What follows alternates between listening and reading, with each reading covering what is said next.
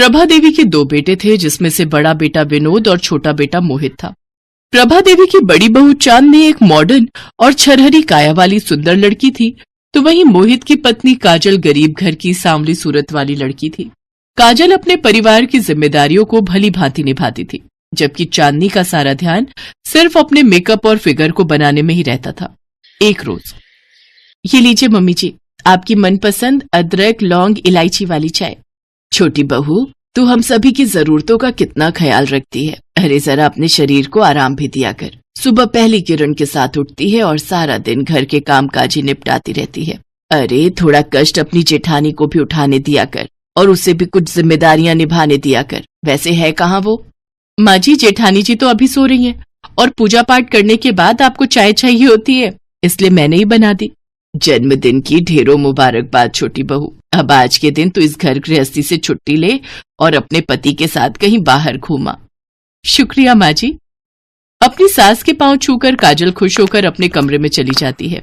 तभी प्रभा देवी भगवान का शुक्रिया अदा करते हुए कहती है, तेरा लाख लाख शुक्र है भगवान, जो तूने मेरी झोली में काजल नाम के इस हीरे को डाला है। तूने मेरे बुझे घर में चंदा का प्रकाश भेजा है छोटी बहू के रूप में, जिसकी रोशनी पूरे घर में फैली हुई है। हाँ, बस मेरी यही दुआ है तुझसे कि इसके जीवन में कभी अंधेरा ना आए।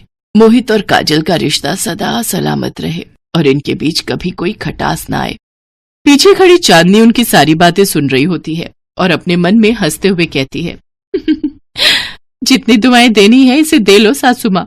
भले ही ये सारे घर में प्रकाश फैलाए, लेकिन इसकी खुद की जिंदगी में तो अंधेरा ही होगा, क्योंकि इसके चांद की चांदनी तो मैं हूँ। मोहित तो आखिरकार मुझ पर ही लट्टू है।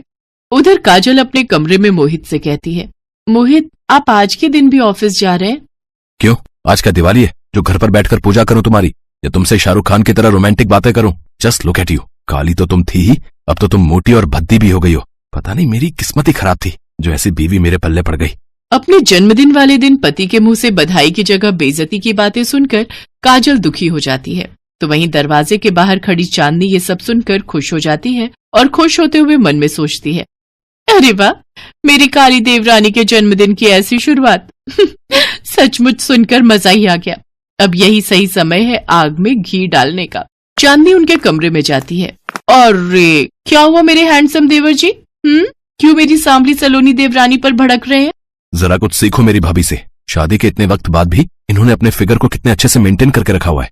मोहित, शायद आप भूल रहे हैं कि मैं एक बच्चे की माँ हूँ, और माँ बनने के बाद एक औरत के शरीर में परिवर्तन आते ही हैं। उसकी त्वचा और शरीर में फर्क पड़ जाता है। मैं एक पत्नी होने के साथ साथ एक माँ भी हूँ, जबकि जेठानी जी अभी माँ के सुख से वंचित है। ये बात सुनकर चांदनी गुस्से में वहां से चली जाती है। मोहित भी बैग उठाकर ऑफिस के लिए निकलने लगता है कि तभी उसका बेटा बंटी स्कूल के लिए तैयार होकर आता है और मोहित से कहता है, पापा, आज मेरी स्कूल वैन नहीं आई, तो क्या आप मुझे ऑफिस जाते हुए स्कूल ड्रॉप कर देंगे प्लीज? बस माँ की तरह बेटा भी मुझे बस परेशानी करने आता है। मुझसे ये सब चोचलेबाजी नहीं होती। चला भाग यहाँ से। इसी तरह मोहित अपने बेटे को झिड़कते हुए वहां से चला जाता है। बंटी रोते हुए अपनी माँ से कहता है, माँ, सभी के पापा उन्हें स्कूल ड्रॉप करने आते हैं, फिर मेरे पापा कभी मुझे छोड़ने क्यों नहीं जाते, और वो हमेशा ही हम दोनों से गुस्से में बातें क्यों करते हैं? नहीं बच्चे, पापा को ऑफिस के लिए देर हो रही थी ना, इसीलिए वो थोड़े गुस्से में थे। चलो मैं तुम्हें स्कूल ड्रॉप कराती हूँ। ऐसे ही कुछ दिन बीत जाते हैं। एक रोज जब काजल बाजार से सब्जी लेकर घर आ रही होती है, तो वो चांदनी और मोहित को हाथों में हाथ डाले होटल से बाहर निकलते देख लेती है। ये दृश्य देख काजल हैरान रह जाती है और उसके मन में हजारों सवाल उमड़ पड़ते हैं। ये दोनों होटल में एक साथ, कहीं इन दोनों के बीच कुछ गलत? नहीं, मैं बेकार में ये सब बातें सोच रही हूँ। देवर भाभी के बीच तो माँ बेटे का रिश्ता होता है, बिना किसी सबूत के कोई भी लांछन लगाना गलत होगा। इसी कशमकश में काजल घर पहुंच जाती है, लेकिन दिन भर उसके मन में यही कशमकश चलती रहती है। रात को जब काजल अपने कमरे में सो रही होती है, तो आधी रात को बंटी को प्यास लगती है और वो काजल से पानी मांगता है। काजल उठकर किचन में पानी लेने जाती है, तभी उसको चांदनी के कमरे से किसी के हंसने की आवाज आती है। अरे, जेठ जी की तो आज नाइट शिफ्ट है, फिर ये जेठानी जी के कमरे से किसकी आवाज आ रही है? काजल कमरे की खिड़की से झांक कर देखती है, तो वो नजारा देखकर वो दंग रह जाती है। कमरे में चांदनी और मोहित एक दूसरे की बाहों में बाहें डाले बिस्तर पर लेटे हुए होते हैं और मोहित चांदनी से कहता है, सच कहूं चांदनी, तुम्हारे साथ ये रात सचमुच कयामत की रात लग रही है। अब बातें बनाना बंद भी करो स्वीटहार्ट, और ये बताओ कि कब तक हमें यूं ही दुनिया से छुपते छुपाते मिलना होगा। भगवान ने हमारी शादी 2 अलग अलग लोगों से करवा दी है, और वो भी बिना हमारे टाइप के लोगों से। तुम तो बिल्कुल मेरे टाइप के लड़के हो, हैंडसम एंड डेयरिंग देवर, इसीलिए तो मैं तुम्हारे भैया को बिल्कुल भी भाव नहीं देती। जानता हूँ जानेमन, अब मुझे जाना होगा, कहीं काजल की आंख खुल गई तो मुश्किल हो जाएगी। मोहित जैसे ही बाहर जाने के लिए दरवाजा खोलता है तो काजल वहां खड़ी होती है। बिल्कुल भी शर्म नहीं है तुम दोनों में। देवर भाभी के पाक रिश्ते को कलंक लगा दिया तुमने। मैंने ये कभी नहीं सोचा था कि मेरी जेठानी ही मेरी सौतन बनेगी। ओह, तो तुमने सब कुछ देख लिया। चलो अच्छा है, आज नहीं तो कल सच तुम्हारे सामने आना ही था। हाँ, और अब यही सच्चाई मैं दुनिया के सामने लाकर रहूंगी। बहुत धोखा दे लिया तुमने हम सबको। खबरदार जो तुमने ऐसा कुछ सोचा भी, वरना तुम्हारे बंटी को इस दुनिया से रुखसत होने में देर नहीं लगेगी। मोहित, ये औरत तुम्हारे सामने तुम्हारे बच्चे को जान से मारने की धमकी दे रही है और तुम चुपचाप तमाशा देख रहे हो। अरे कौन बच्चा, किसका बच्चा? तुम और बंटी तो बस मेरी एक भूल हो। तुम दोनों जियो या मरो, इससे मुझे कोई फर्क नहीं पड़ता, समझी? इस तरह उन दोनों से मिली धमकी से काजल अपने बच्चे को खोने से डर जाती है और वो अपना मुंह बंद रखकर सब कुछ चुपचाप सहती रहती। और इसका नतीजा ये हुआ कि देवर भाभी की हवस को शह मिल जाती है और अब वो एक दूसरे के साथ और ज्यादा समय बिताते। एक रोज बंटी अपनी माँ से पूछता है, माँ, आजकल आप इतनी उदास और खोई खोई क्यों रहती हो? पापा ने आपसे कुछ कहा क्या? नहीं मेरे बच्चे, वो मेरी तबीयत ठीक नहीं है ना, इसलिए तू जा बाहर जाकर खेल। बंटी बाहर खेलने चला जाता है। तभी काजल की सास उसके कमरे में आती है और उससे कहती है, क्या बात है बहू, तेरे और मोहित के बीच सब कुछ ठीक तो है ना?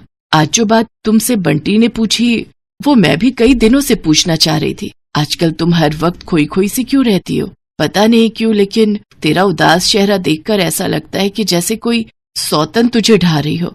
अगर ऐसा कुछ है तो एक बात हमेशा याद रखना, विश्वास से भरी पत्नी अगर चाहे तो यमराज से भी अपने पति के प्राण वापस ला सकती है। फिर एक औरत से क्या डरना। ये कहकर उसकी सास वहां से चली जाती है, लेकिन उसकी बातों ने मानो काजल में एक शक्ति प्रदान कर दी थी और वो बिना देर किए अपने जेठ के पास जाती है और उसे सारी सच्चाई बता देती है। काजल, तुम होश में तो हो? अपनी जेठानी के बारे में ऐसी बातें करते हुए तुम्हें शर्म नहीं आती? जेठ जी, मुझे बस आज रात का समय दीजिए। आज रात जेठानी जी की सच्चाई आपके सामने होगी। इसके बाद विनोद के साथ मिलकर काजल एक प्लान बनाती है और फिर आधी रात को मोहित के फोन से चांदनी के फोन पर एक मैसेज करती है और उसे अकेले में मिलने के लिए छत पर बुलाती है। कुछ देर बाद चांदनी छत पर जाती है और पीछे से जाकर मोहित के गले लिपट जाती है और उससे कहती है, क्या हुआ मेरे हैंडसम देवर जी? आधी रात तक कभी सब्र नहीं हुआ जो मुझे छत पर ही बुला लिया? चलो अच्छा है, रोज रोज चार दीवारी में रोमांस करके मैं भी बोर हो गई थी। हाँ, आज खुले आसमान के नीचे रोमांस करने में मजा आएगा। अब कुछ कहोगे भी या यूं ही पीठ घुमाए खड़े रहोगे? चलो अब मुझे जल्दी से अपनी बाहों में भर लो। जैसे वो ये कहती है, मोहित के कपड़े पहने खड़ा विनोद उसको जोरदार थप्पड़ मारता है। इसी के साथ छत की लाइट जल उठती है और सभी वहां आ जाते हैं। विनोद, तुम? हाँ मैं। इतने दिनों से तुम मुझे धोखा दे रही हो, मुझे बेवकूफ बना रही हो। और तुम मोहित, अपने ही भाई की पीठ पर छुरा घोंप दिया तुमने। अगर आज काजल मुझे तुम्हारी सच्चाई नहीं बताती तो तुम देवर भाभी का ये घिनौना सच कभी भी मेरे सामने नहीं आता। आज के बाद तुम दोनों से मेरे सारे रिश्ते खत्म। नहीं विनोद, ऐसा मत कहो। मुझसे रिश्ता मत तोड़ो, मुझसे भूल हो गई। अपनी अय्याशी को भूल का नाम मत दो, समझी? अब निकल जाओ मेरे घर से। काजल, तुम तो मुझे समझो, आखिरकार मैं तुम्हारे बच्चे का बाप हूँ। तुमने हमारे बच्चे का वास्ता। जिस बच्चे को मौत के घाट उतारने की बात कह रहे थे, आप आज उसी का वास्ता दे रहे हो। बंटी बेटा, अपने पापा के पास आओ। दूर रहो मुझसे, आपने मेरी माँ का दिल दुखाया है, उन्हें धोखा दिया है। चले जाओ हम दोनों की जिंदगी से। माँ, मैं तो आपका बेटा हूँ, आप तो मुझे माफ करेंगी ना? अपना ये मनहूस चेहरा लेकर निकल जाओ मेरे घर से। अरे तू मेरा बेटा नहीं बल्कि मेरी कोख से जन्मा एक कलंक है, कलंक। इस तरह चांदनी और मोहित की हवस के कारण 4 जिंदगियां बिखर जाती हैं। कुछ साल बीत जाने के बाद विनोद और काजल बंटी को माता पिता का प्यार देने के लिए एक दूसरे से शादी कर लेते हैं। तो वहीं मोहित और चांदनी जेल में सड़ते हुए अपने आगे की जिंदगी काटते हैं। रात का समय था। घड़ी में 10:30 बज रहे थे। नंदा अपनी बिस्तर पर बैठी हुई थी। तभी उसे कुछ आहट सुनाई पड़ी। एक साया उसके कमरे में प्रवेश करता है। उसके कदमों की आहट से वो एकदम से चौंक गई। कौन है? उसकी बातों को सुनकर अंदर आए शख्स ने बच्चे की तरह बोलते हुए कहा, अले, तुम हमको नहीं पहचानती? हम हैं तुम्हारे पति गुड्डू। मेरे पति? सुनो ना, हमको ना नींद नहीं आ रही है, थोड़ा दल भी लग रहा है, तुम मेरे कमरे में तलो ना। ये कहकर वो नंदा का हाथ पकड़ लेता है और उसे खींचकर ले जाने लगता है। अरे कौन है आप? ये क्या बदतमीजी है? छोड़िए मेरा हाथ, छोड़िए नहीं तो मैं चिल्लाकर अपने पति को बुलाऊंगी। अले, मैं ही तुम्हारा पति हूं, तुम कितने बुलाने की बात कर रही हो? तलो ना मेरे कमरे में। शादी के बाद तो पत्नी पति के कमरे में रहती है ना, पर तुम तो कभी मेरे कमरे में आई नहीं। ये कहकर गुड्डू फिर से नंदा का हाथ पकड़ता है। इस बार नंदा को गुस्सा आ जाता है और वो गुड्डू को जोर का थप्पड़ मार देती है। आपको बात समझ में नहीं आती है? अरे मैं अंधी हूं तो क्या हुआ, कोई मेरा फायदा नहीं उठा सकता। नंदा के थप्पड़ की मार से गुड्डू किसी छोटे बच्चे की तरह जोर जोर से रोने लगता है। मार दिया, मुझे मार दिया, मेरी पत्नी ने मुझे मार दिया। गुड्डू के रोने की आवाज सुनकर घर की नौकरानी पुष्पा दौड़ी हुई नंदा के कमरे में आती है। अरे क्या हुआ गुड्डू बाबा, आप क्यों रो रहे हैं? गुड्डू ने पुष्पा की बात का कोई जवाब नहीं दिया और वो उसी तरह जोर जोर से रोता रहा। उसे इस तरह रोता देखकर पुष्पा ने नंदा से पूछा, क्या हुआ बहू रानी, गुड्डू बाबा क्यों रो रहे हैं? आप दोनों में किसी बात को लेकर झगड़ा हुआ क्या? देखिए बहू रानी, पति पत्नी में तो नोकझोंक होती रहती है, इसका ये मतलब नहीं कि पत्नी अपने पति को रुला दे। ये आप क्या कह रही हैं? ये मेरे पति हैं? हाँ, यही तो आपके पति हैं जिससे 6 महीने पहले आपकी शादी हुई है। देखो तुम झूठ मत बोलो, ये मेरे पति नहीं है। अरे बहू रानी, मैं क्यों आपसे झूठ बोलूंगी? यही आपके पति हैं। नहीं, मैं नहीं मानती, ये मेरे पति नहीं है। भगवान ने मेरी आंखें छीन ली हैं तो क्या हुआ, मन की आंखों से मैं सब कुछ देख सकती हूँ। ये मेरे पति नहीं है। ठीक है बहू रानी, आप मेरी बात मत मानिए, अपने पति की बात भी मत मानिए, लेकिन अपनी सास ससुर की बात तो मानेंगी ना आप? 1 सप्ताह बाद जब वो शादी से लौट कर आएंगे तब उनसे ही पूछ लीजिएगा कि सच्चाई क्या है। नंदा के साथ ये क्या हो रहा था? वो किसे अपना पति कह रही थी और ये गुड्डू कौन है जो कह रहा है कि वो उसका पति है? इस बात को जानने के लिए कुछ महीने पहले जाना पड़ेगा। नंदा बहुत ही गरीब घर की अंधी लड़की थी। नंदा के पिता गोपी एक मामूली मजदूर थे और उसकी मां विमला दूसरों के घर पर झाड़ू पोछे का काम करती थी। एक तो गरीबी की मार, ऊपर से घर में जवान अंधी लड़की। गोपी और विमला इसी चिंता में घुले जा रहे थे। पता नहीं कौन सी किस्मत लिखवा कर आई है नंदा। अरे क्या हो गया भगवान, तेरा मुंह क्यों लटका हुआ है? अब किस्मत फूटी हो तो मुंह तो लटका ही रहेगा ना। तेरी यही बात मुझे समझ नहीं आती। अरे जो कहना है सीधा सीधा कहना। अपने पति की बात पर विमला ने उदासी भरी दृष्टि से गोपी की ओर देखा और कहा, वहां भी बात नहीं बनी जी, उन लोगों ने भी नंदा से शादी के लिए मना कर दिया। ठीक ही तो है, मुझे तो वो बिल्कुल पसंद नहीं था। अरे हमारी नंदा 21 साल की है और वो 50 का था। अजी, मर्दों की उम्र नहीं देखी जाती, और आपको पता है ना हमारे पास कोई चारा भी तो नहीं है। अब अंधी लड़की से कौन शादी करना चाहेगा? तुम्हारी बात तो ठीक है, लेकिन नंदा है तो हमारी बेटी ही, अंधी है तो क्या हुआ, हम उसे कुएं में तो नहीं डाल सकते। गोपी की बात सच थी, लेकिन यह भी एक बड़ा सच था कि अंधी लड़की से कोई ठीक ठाक आदमी तो शादी करने से रहा। एक दिन की बात है, विमला जिस मेम साहब के यहाँ काम करती थी, उसके कोई दूर के रिश्तेदार विमला की मालकिन के घर आए हुए थे। विमला जब उन्हें चाय दे रही थी तो उसने उनकी बात सुनी। अरे हम तो थक गए, गुड्डू के लिए कोई लड़की मिलती ही नहीं है। तुम्हें तो पता है ना, हमें 1 रुपया नहीं चाहिए, बस लड़की चाहिए, चाहे वो लंगड़ी लूली अंधी कुछ भी हो, उससे हमें फर्क नहीं पड़ता, बस लड़की चाहिए। आपका कहना तो सही है भैया, लेकिन मैं भी परेशान हो गई गुड्डू के लिए लड़की ढूंढ ढूंढ कर, मिलती ही नहीं। उन लोगों की बातें सुनकर विमला को अपनी बेटी नंदा के लिए उम्मीद की किरण दिखाई दी, लेकिन चाहकर भी उसकी हिम्मत नहीं हुई कि वो अपनी मालकिन से अपनी बेटी के रिश्ते की बात करे। अरे भला नौकर की बेटी मालकिन से ब्याही जाए, ऐसा समाज तो नहीं है अभी हमारा। उस रात उसने अपने पति से ये बात बताई तो, अरे बिमला, तू भी ना जरा समझा कर, जरूर उसके बेटे में कोई खोट होगा, तभी तो वो लंगड़ी लूली कोई भी ढूंढ रहा है। आप भी ना हर बात पर शक करते हैं। मैं तो इतना जानती हूँ कि बड़े लोगों में, अमीर लोगों में ना तो कोई कमी होती है और ना ही कोई खोट होता है। तो तू क्या चाहती है? मैं कल मालकिन से खुलकर बोल दूंगी कि उनके जो भाई बाहर से आए हैं और अपने बेटी के लिए लड़की तलाश रहे हैं, तो नंदा को एक बार देख लें। विमला ने अपनी मालकिन को नंदा के बारे में बताया और उनके रिश्तेदार के बेटे से नंदा की शादी की बात कही। उसने ये भी बोला कि उसकी बेटी जन्म से ही देख नहीं सकती है। अरे, मुझे तो पता ही नहीं था। ये तो वही बात हो गई कि बगल में छोरा और नगर में ढिंढोरा। सुन, मेरे भैया को कोई फर्क नहीं पड़ता कि लड़की देख नहीं सकती, बस उन्हें अपने बेटे के लिए एक सीधी और सुशील बहू चाहिए। तुम शादी की तैयारी करो, और हाँ, सारा खर्च हम ही करेंगे, इसलिए तुम्हें चिंता करने की कोई जरूरत नहीं है। गोपी और विमला को इस बात का जरा भी इल्म नहीं था कि जिस बात को लेकर वे लोग इतना परेशान रहते थे, वो परेशानी एक ही झटके में खत्म हो जाएगी। नंदा की शादी रोशनलाल के बेटे गुड्डू से धूमधाम से हो गई। शादी इतनी आलीशान थी कि विमला और गोपी तो बस आंखें फाड़े हर कुछ निहार रहे थे।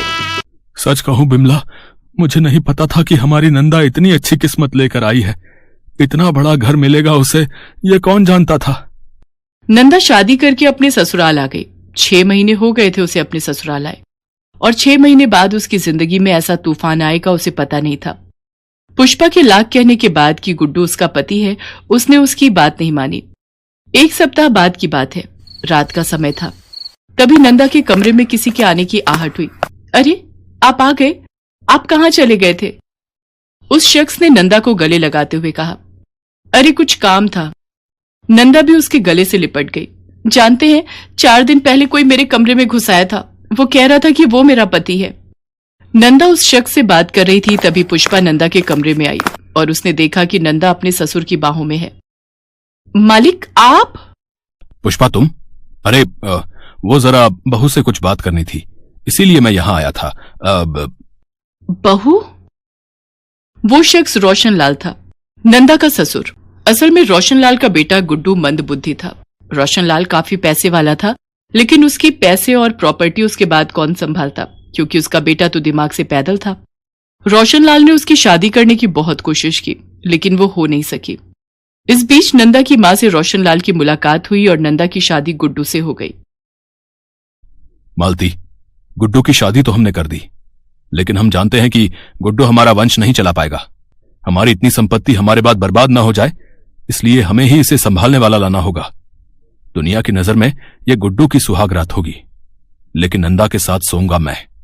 पुष्पा को अब सारी सच्चाई का पता लग गया था, और उसे यह भी पता लग गया था कि आखिर उसे रोज क्यों नंदा बार बार मना कर रही थी कि गुड्डू उसका पति नहीं है। असल में गुड्डू की आड़ में रोशनलाल नंदा के सम्मान के साथ खेल रहा था। मुझे घिन आ रही है, सच में मुझे घिन आ रही है। ऐसे लोग भी होते हैं दुनिया में। नंदा तो बेचारी अंधी है, उसे क्या पता, लेकिन ये आंख वाले लोग, छी। पुष्पा ने ठान लिया कि वो नंदा को इस नरक से बाहर निकालेगी। वो उसी रात पुलिस थाने गई और उसने रोशनलाल की सच्चाई पुलिस को बता दी। पुलिस इंस्पेक्टर रानी को यह सब सुनकर बहुत आश्चर्य हुआ। वो रोशनलाल के घर पहुंची और उसे गिरफ्तार कर लिया। अरे, आपको शर्म नहीं आती?